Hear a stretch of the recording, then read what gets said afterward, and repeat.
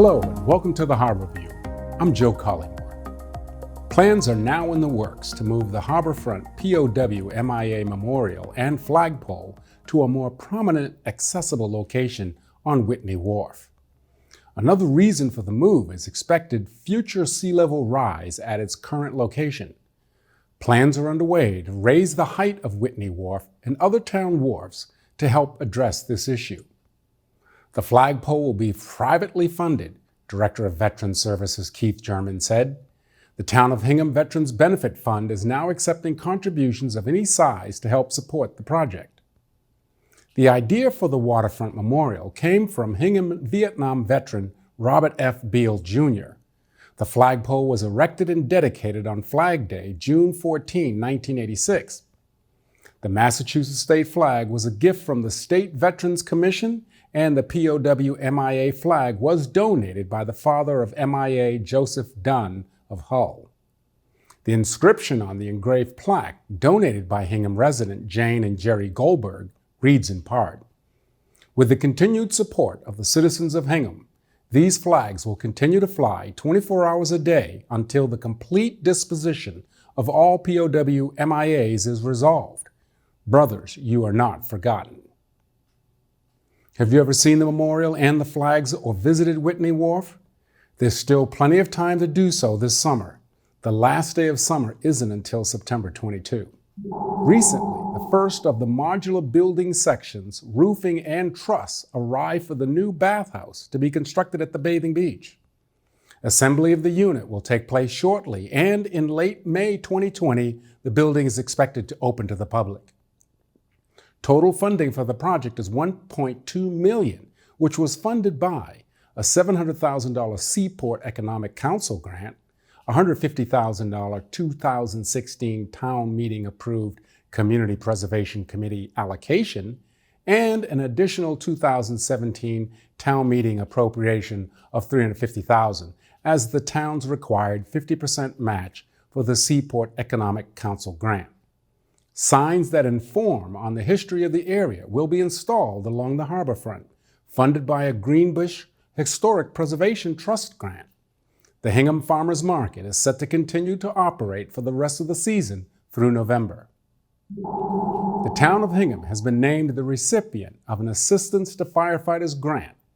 With this grant, Hingham received one of 166 Assistance to Firefighters grants that were awarded to cities and towns nationwide. The regional grant, in the amount of $172,646, will be shared by the towns of Hingham, Hull, Cohasset, Scituate, and Norwell fire departments for emergency vehicle operator training.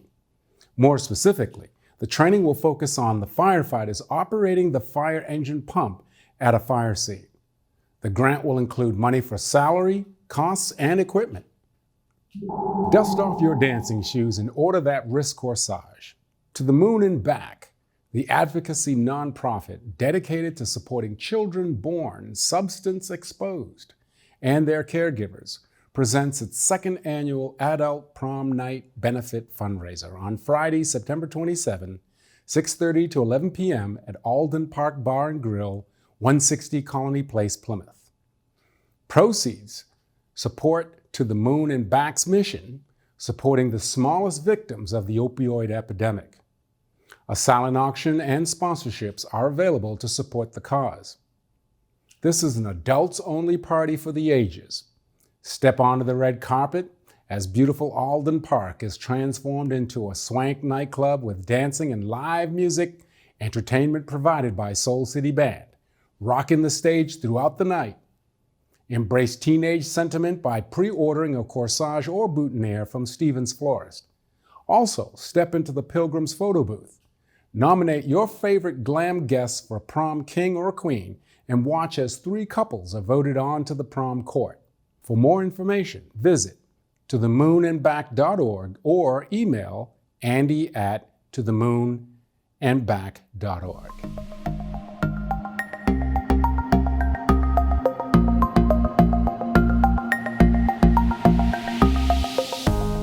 Our first guest today is Eileen McIntyre, co-chair of the Education Committee for the Hingham Historical Society. Welcome, Eileen. Good to be back, Joe. It's great to have you back. Thank you. So we're here to talk about waves of change. What's that all about? Yeah, so Waves of Change is the title of the upcoming lecture series at the Hingham Heritage Museum, home of the Hingham Historical Society.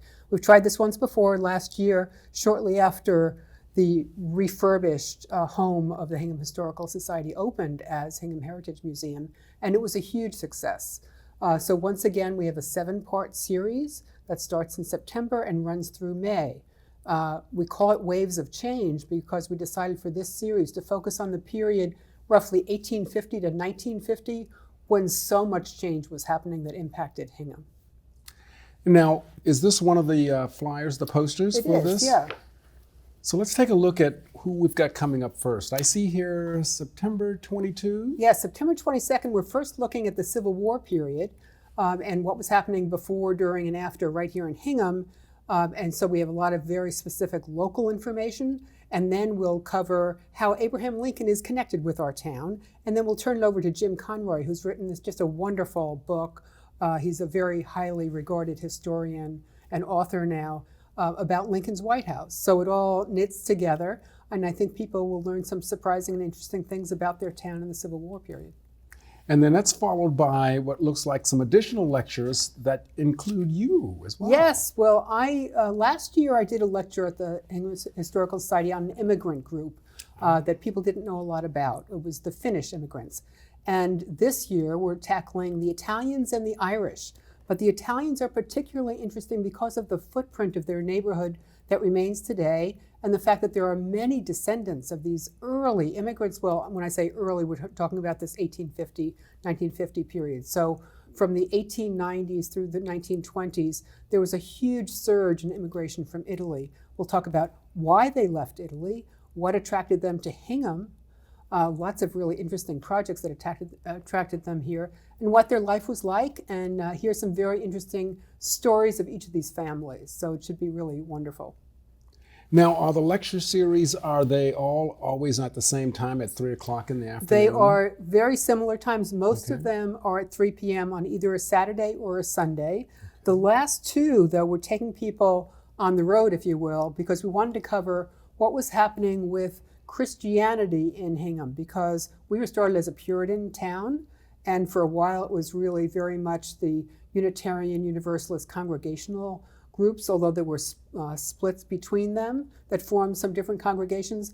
And then there were Catholics, the Baptists, different groups. So church building was a big thing during this 1850 to 1950 period. So we will go to visit 6 different buildings, hear from individuals or leaders involved in those congregations about the history of that place and that congregation.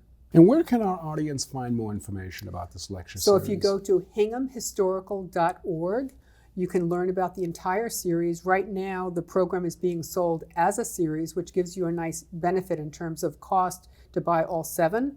Eventually, we'll start individual sales to the degree that there are seats available. I expect there will be. But right now, you can buy all 7 and go to hinghamhistorical.org. Hinghamhistorical.org. Correct. So one topic we didn't cover yet is Yes. transportation. It's Yes. kind of an interesting one to talk about. And in Hingham, like across the country, there was so much change during this period. But in Hingham specifically, because of our geography, we're a little port, we had steamships coming in.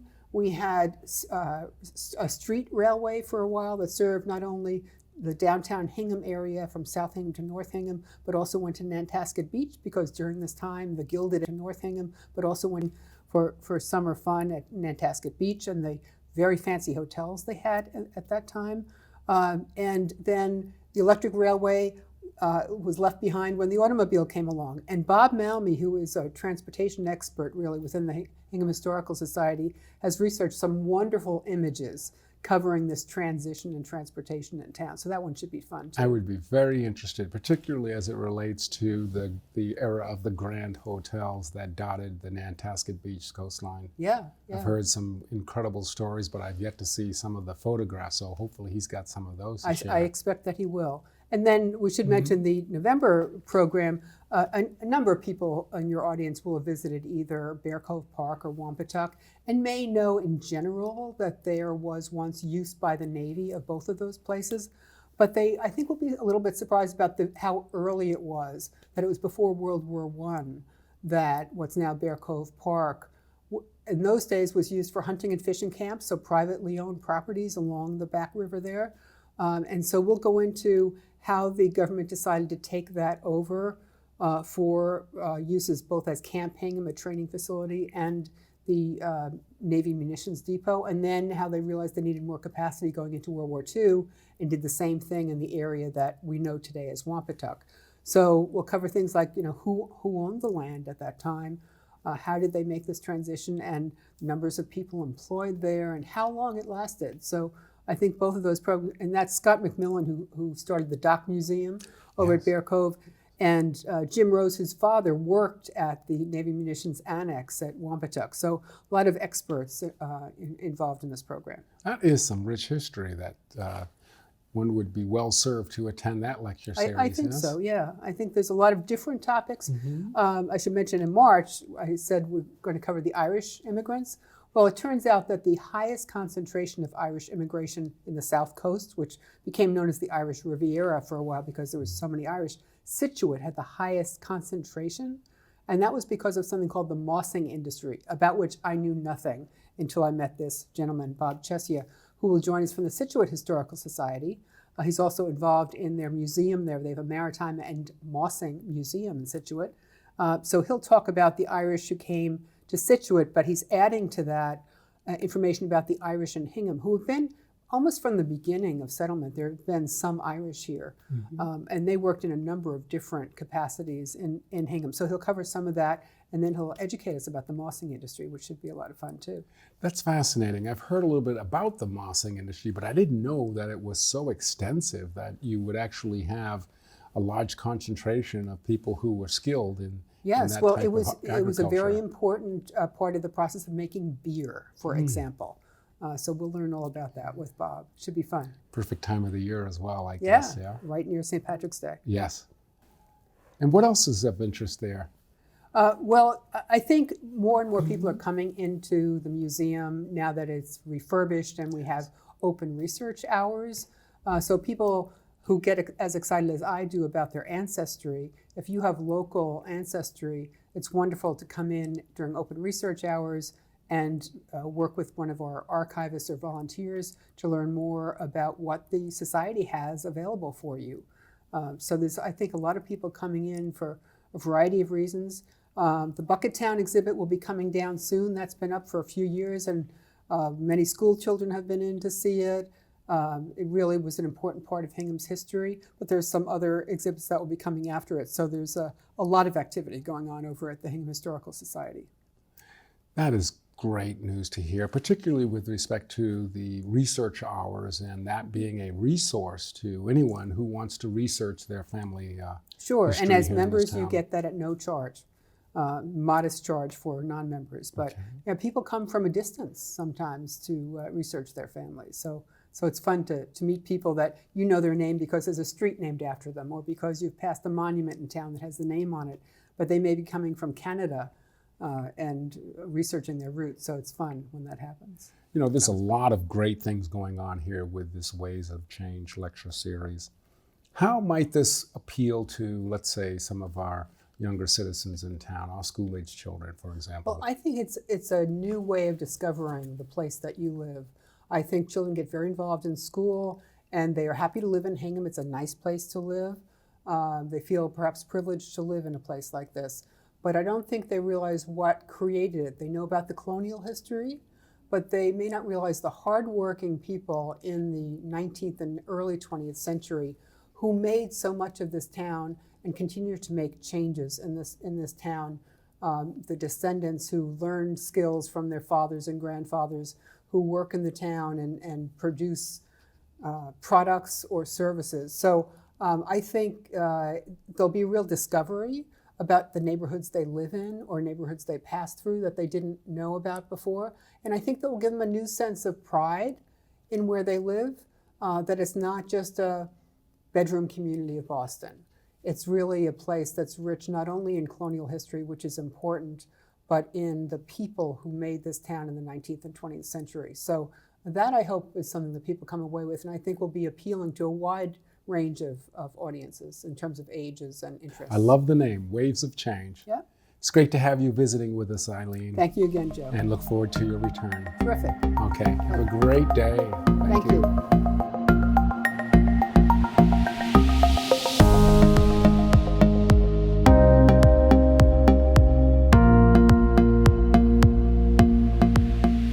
Our next guests today are Martin Noordzli and Greg Patrolia. Welcome, Martin and Greg. Thank you. Thank you.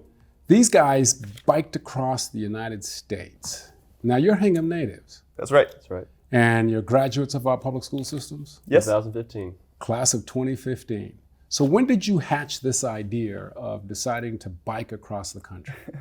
Ever since I was a little kid, my father actually did it twice when he was the same age as us. So he just planted it in my head when I was probably 6 years old. And I always told him that I was going to do it. He never believed me, but I ended up doing it. And Martin, when Greg hit you up with this idea, were you thinking, yeah, right, sure, what? Yeah, so he first told me in middle school, and at first, it was just a distant dream. I didn't really think it would come to fruition, but as things came closer, I really thought, hey, this really is a great idea. Maybe we should try this. And it was. Now, this is amazing. You're telling me that you got this idea from your dad when you were a young boy, and then you shared this with Martin when you guys were in middle school. That's right. Right. So you've had an opportunity to sort of like bake this plan Yeah. for quite some time. Yeah, I tried to get it in all my friends' heads, but he was the only one that accepted it. So during the bike trip, and I'm going to ask a lot of questions about that, but the most pressing one was, at what point during the trip did you question, is he still my friend or what? Or did you find that your bond got stronger? Yeah, I think there was never a time that I questioned our friendship, It was pretty much strong throughout the whole time. Yeah, there was never a time for me. We worked very well together, actually. Yeah. Yeah, Now- even when things went wrong, we were both very patient with each other and everything. And both of us had things go wrong on each side. Oh, yeah. So, I'd say plenty wrong mechanically, but not Yeah. personally. right. Let's talk about the states that you've ridden through. Your first impressions, were these states that you'd never visited before, or perhaps first time visiting again, this time on a bike? So I had been to California and Nevada and Colorado before, but I had never been to any of the other states. Martin? Yeah, I had been to California, Colorado, Utah, Nevada, and then New York and Massachusetts, but otherwise none of them. Now, how long did this trip take you? 47 days. Now that's averaging how many miles per day? About 80 miles? Close to 80, yeah. And did you ride with a support team or with just the two of you out there? Just the two of us. Two of us, yeah. So that's like riding without a net. Right, yeah. So, so some of the mechanical challenges, what problems did you have with the bikes as you were making this trip? So we had 23 flats total, 14 of which were mine, 9 of his. He broke 3 back wheels. That's a whole egg of baskets that we can go into. And then our bike racks, the ones that hold all of our equipment, mine broke twice, his broke once. But really, some of the hardest mechanical issues were when his back wheels broke That was the worst, yeah. on 3 separate occasions. Share with us your impressions, perhaps of some of the communities that you rode through. Were there any poignant moments of like, wow? Yeah, so we were in Nevada, and there was a stretch about 100 miles with no places to stop, no water or anything. And we were pretty dehydrated. And so we tipped our water bottles upside down like that. And this VW bus pulled over and gave us about 3 gallons each of water and sent us on our way, gave us some maps. And they were just really, really nice people. So that's when we started to realize we got to start weighing on the people that are around us a little more. Martin, any other experiences you want to share? Yeah, there's so many times that the people of the U.S. helped us. Well, I say one that sticks out to me, The state that sticks out to me is Nebraska. Nebraska, that was one of the times that Greg's wheel broke down, and we were stranded on the side of the road. And this Nebraskan man comes barreling in on an ATV, and he's like, "Hey, what's up? How you guys doing?" He seemed to be in trouble. We're like, "Yeah, our wheel's broken," and but there's not a lot of bikers in Nebraska, so we weren't so hopeful that he could help. But he was like telling us, "Yeah, no, it's fine. I'm just gardening right now in my yard. I would be happy to give you a ride 50 miles to the next town over where there's a bike shop." And he put our bikes in his pickup truck, drove us 50 miles out, and put himself 50 miles back just to get us safe to a bike shop. So that was, one of the nicest things that someone's done to us on the trip. I was going to ask, like, what are some of the best memories that you've learned on this trip that you'll hold with you for the rest of your lives? One good memory was there was this other time where my bike had broken down again, and and we actually ended up hitchhiking. So I put my thumb up, and within about 5 minutes, somebody came by and drove us to this campsite. And then from there at the campsite, this lady named Carrie actually drove by us, and she says, "Wow, I see your back tire's pretty damaged there." She said, "Do you need a ride?" And we said, "We hate to say yes, but yeah, we do." So she drove us to a bike shop. She actually waited for us for it to get fixed, and then drove us back to where we were so we didn't have to backtrack. So she was really nice too. I'd say the best memories are just from the people. Yeah, people that would help us for sure. Were you expecting that type of reaction when you first started out? What were some of your concerns, fears, worries? Yeah, I was, I wasn't expecting so many people to help us. I was kind of prepared for trying to stay kind of safe away from people, because you hear some bad stories. So but we never met any bad people. I was surprised. Every interaction we had was very nice. Yeah, I was worried at the beginning. My dad actually told me that we should lie to people and tell them that we had a support team behind us in a car, so that way people knew where we were. Being out in the middle of nowhere, literally, people can realize that, but nobody ever tried to take any type of advantage of us or anything. Everybody was just helpful. Did anyone ever call you out on your accents? Were they able to pick up the fact that you were from Massachusetts? Yeah, a few. Yeah? Yeah. Some people knew we were from Boston. Did they have a good time teasing you with it, or did you find their accents something to smile about? They love talking about the lobsters and the lobster rolls. Oh, yeah. Like, "Oh, I bet you're waiting for those lobster rolls on the other side."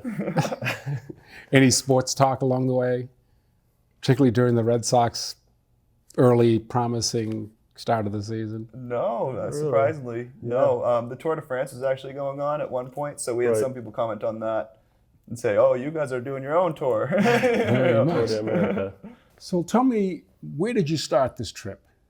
And what route did you take? Sure. Yeah, we started in San Francisco. We flew out we packed up our bikes and flew out to San Francisco. And one of our friends named Rachel actually let us stay at her house, so we were able to assemble our bikes there, and then we took off. So we pretty much went straight east from California until Colorado, where we kind of went north a little bit until we hit the Great Lakes, and then from the Great Lakes it was just about a straight shot east. Tell me what you ate during the trip and also how you slept. So we ate a lot of fast food. When we were in populated areas, it was pretty much fast food. If we were going through more desolate areas, we would stock up on, well-contained, dense food like Spam or chili, canned foods, stuff that will preserve through bikes. So, through Nevada and Utah, we ate a lot of Spam. And talk to us about how you slept. What was that like? And Sure. Yeah, so in a lot of the western states, it's so open, and a lot of the land isn't owned by anybody. It's government land, so you can actually just pull over on the side of the road and camp out. So we had one tent for both of us, and we would kind of just go over the next hill or go behind a tree where cars couldn't see us, and we would just camp out a lot of the time. And then more towards the East Coast, a lot of the time we'd get campsites, And then every once in a while when we want to treat ourselves, we get a motel. Yeah. I can imagine what kind of sunrises and sunsets you probably saw on this trip. It's amazing. And the stars were perfect too. Stars in, I would say, through Colorado and Utah. It's amazing. Yeah, every day we saw the sunset, which was amazing. And at night we had a screen over our tent, which we could use when it wasn't raining. Sometimes we'd use the tarp, but when it wasn't raining, we just have the screen and you could see the stars every single night, which is amazing. Any interesting characters along the way that you remember you want to share about? So one definitely sticks out. Another Nebraskan local named Leon. So we met him after about through 5 miles. I'd gotten 3 flats, and the first flat, he saw us. He was driving past us going west, and so then I went for another 30 minutes, got 2 more flats, and he saw us going east, and he pulled over because he recognized us from the first time we got a flat. And he was like, "Hey, what's going on? These guys need help?"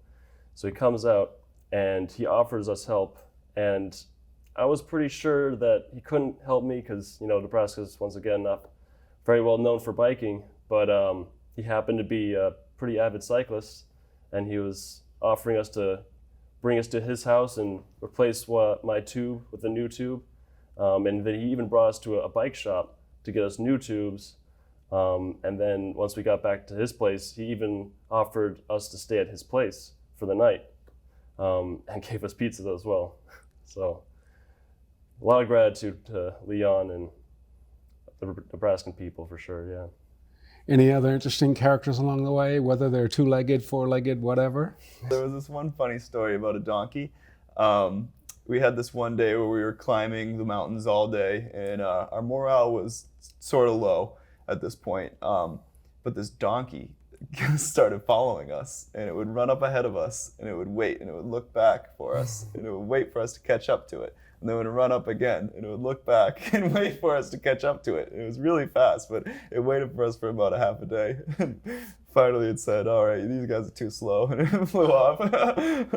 We named it Eddie Murphy. Yeah. Okay, Eddie Murphy it is. Because All of right. Shrek. What advice would you give to some other young people who are contemplating making a similar cycling trip? I would say talk to as many people as you possibly can.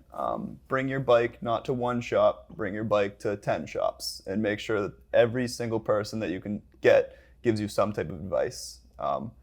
Reach out to me, reach out to Martin, reach out to people who have done things like this before. Many people, it's a way to pay it forward. If people have done something like this, most likely they've gotten a lot of help from others like we have, and they'll pay it forward.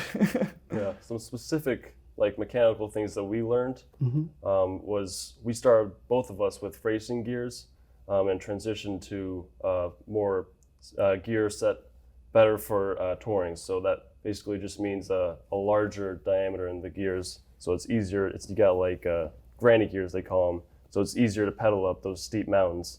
We also learned that we needed thicker tires. We started with, once again, racing tires, but we got some thick, they call them hard shells, I think, tires. But yeah, like Greg said, just get a bunch of opinions from bike mechanics. They're your best friend going across the country. Greg and Martin, what has this trip done for you in terms of your perspective on life and your perspective on people in general? Starting on how it's changed my perspectives of life, it's just changed the way I deal with struggle, really. A lot of the trip was pretty challenging, especially when we had the racing gears, when we should have had touring gears. That really taught me to tough through hard times. And even with my everyday life, I can still think of myself as these are the Sierra Nevadas. I'm in the toughest part of this right now, but eventually I'll get through the mountains and everything will be easier. So I found it very metaphorical to life, actually, because we started in the mountains at the hardest parts and things got easier from there. So I found it very metaphorical. As far as people goes, it's just really changed the way I think about how kind most people are. I think most people are good, and it just really amplified that for me. Martin? Yeah, for me, it just taught me how adaptable we are as humans. You know, it's the first week we were really kind of struggling. You know, the second day we hit the Sierra Nevadas, and it was a struggle. And I mean, both of us towards the end, like we were cruising. I mean, you realize that no matter what you put your bodies through, and this can go for, you know, stuff that's mental as well as physical. No matter what you put yourselves through, you eventually adapt. And for the people of America, I agree with Greg. I mean, it just taught me that there's so many nice people out there. It's amazing. Some of the big ascents where you had to really dig deep, get up that hill. I understand you found a song that helped you get through that. Do you remember the? That's right. Yep. In Nevada, we were going up one of the steepest grades we had seen, and Greg starts rapping a milli, and you know, I get with it. I start with the beat, and then we go back and forth on verses to just motivate ourselves. And it was a song that we both used to love in middle school. We'd hear it all the time, and we had known it so well from hearing on the radio that it just came naturally. But it helped so much. I so enjoyed having you both here and sharing this experience with our viewers. I look forward to having you back so you can share what your next great adventure is, all right? You promise? Promise. Pressure's on. Thank you very much, gentlemen. Thank you. Thank It was you. a pleasure to be here. Yes, it was.